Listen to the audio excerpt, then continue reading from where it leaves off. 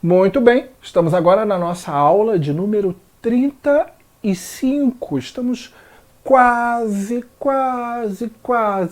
chegando na metade do curso. Na verdade, estamos a 1/3, praticamente, do nosso curso, que chega aí perto das 100 aulas, um pouco mais de 100 aulas, para fazer com que você se torne o melhor professor de legislação educacional do mercado.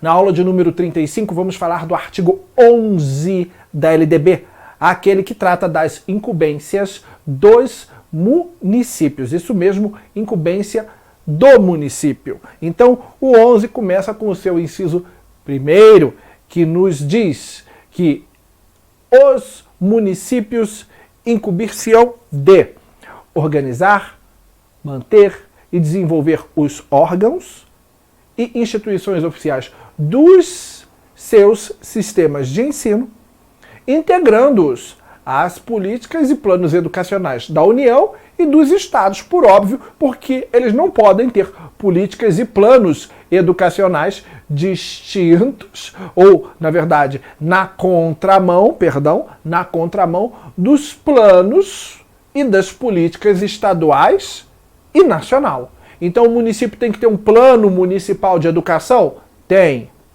E ele tem que estar em consonância com o plano estadual? Tem. Que por consequência também está em consonância com o plano nacional? Sim. E desde quando todos os municípios têm que ter o seu plano municipal de educação? Desde o ano de 2015. Estamos gravando essa aula em 2020.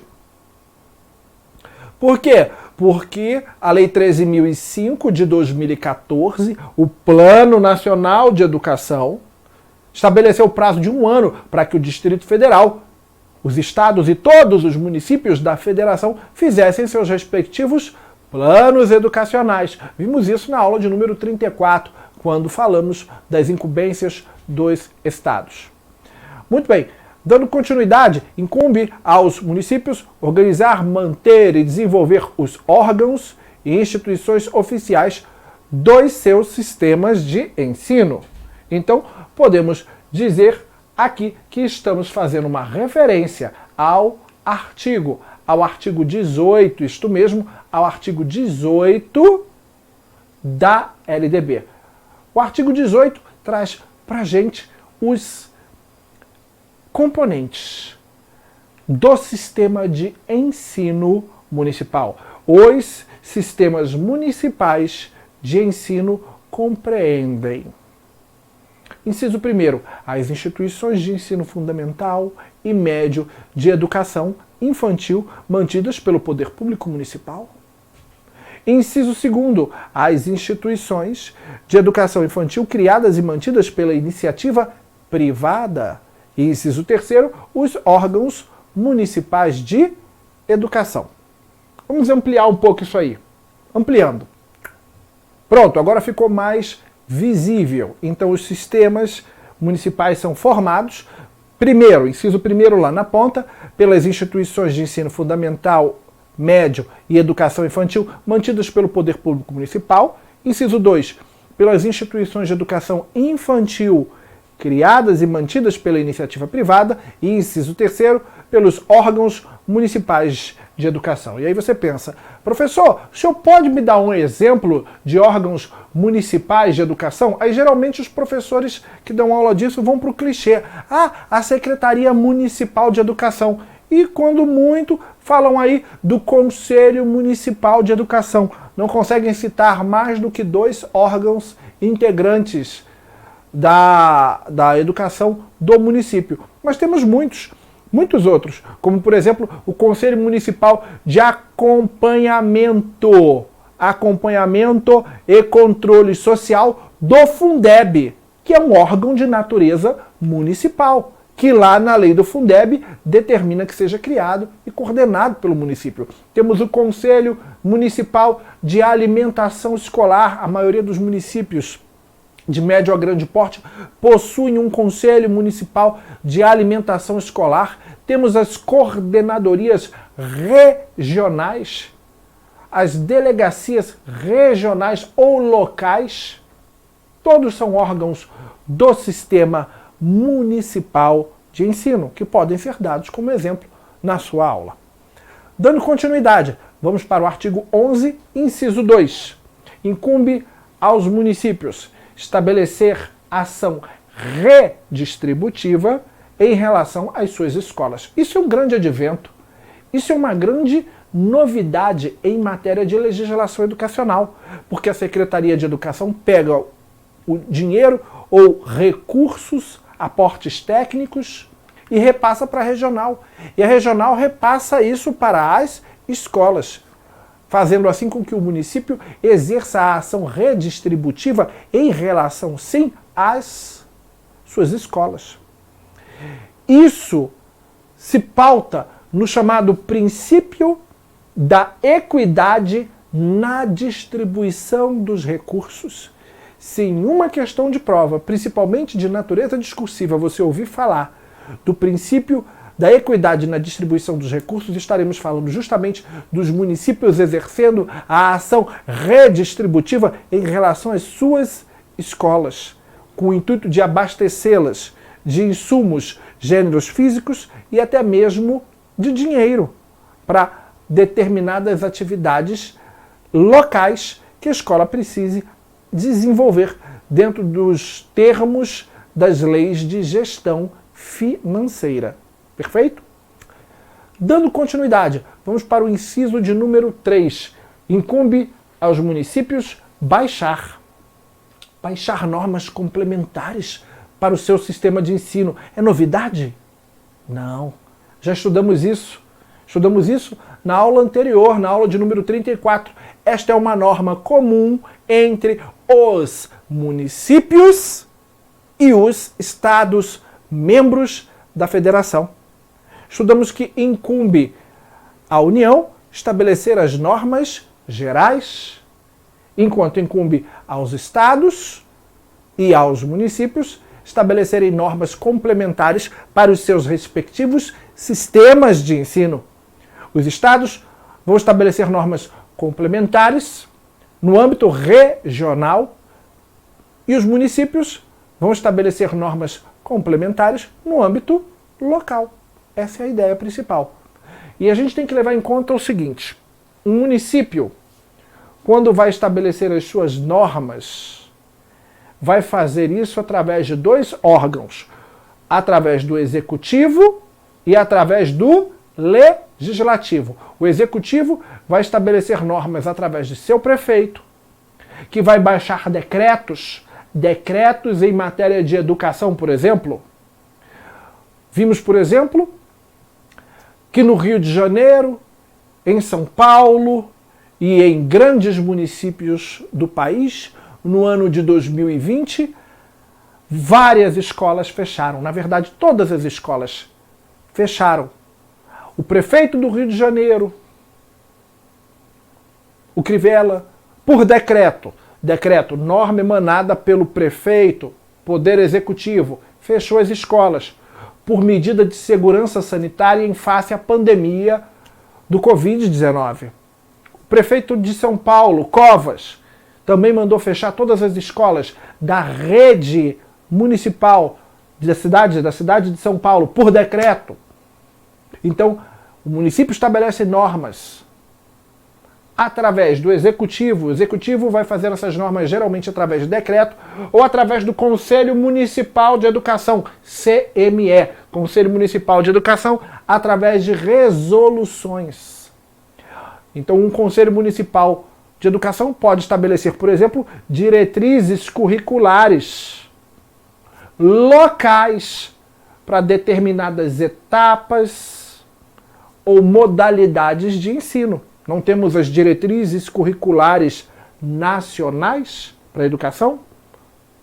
Por exemplo, diretriz curricular nacional para a educação infantil. Ela é nacional. Nada impede que um estado crie diretrizes curriculares estaduais para a educação infantil naquilo que lhe for peculiar, sem se chocar com a norma federal, para as escolas de educação infantil que o estado vier a ser mantenedor. E nada impede também que o município, através do seu Conselho Municipal de Educação, emane resoluções atos administrativos normativos. As resoluções são atos administrativos normativos e elas consubstanciam as diretrizes. Diretriz curricular local para a educação infantil, para atender às peculiaridades daquele município. Então, o Executivo legisla complementarmente, o Executivo Municipal, através de decretos do prefeito, através de resoluções do Conselho Municipal de Educação. E o Legislativo, através de leis. Os vereadores farão leis para o município.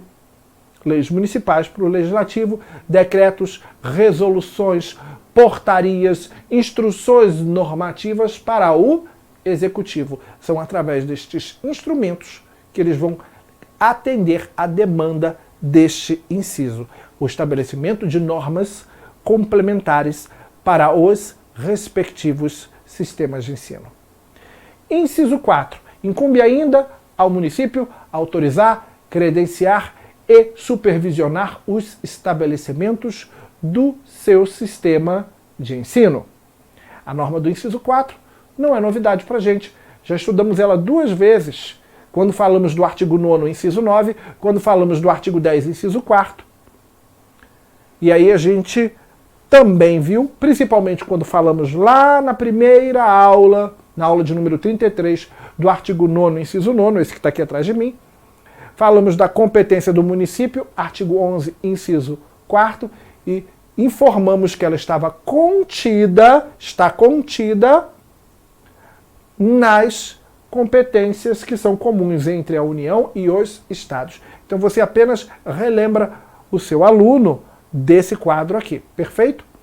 Dando seguimento, vamos para o inciso 5.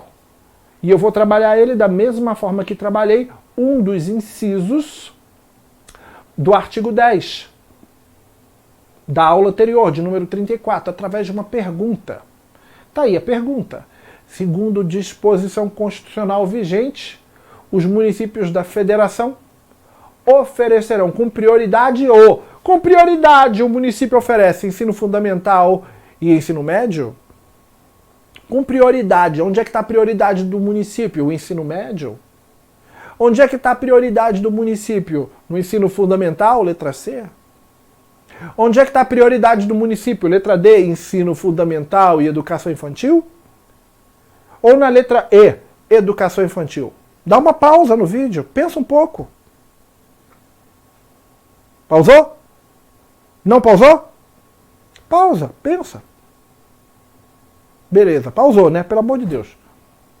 Vamos lá. Vai cair na pegadinha de novo? Olha o enunciado. Eu não estou perguntando segundo a LDB. A resposta da LDB todo aluno sabe. E aí vai direto.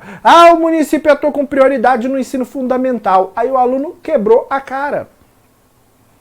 Porque a pergunta não está direcionada à LDB. Olha o enunciado. Ensinei isso para você na aula 34.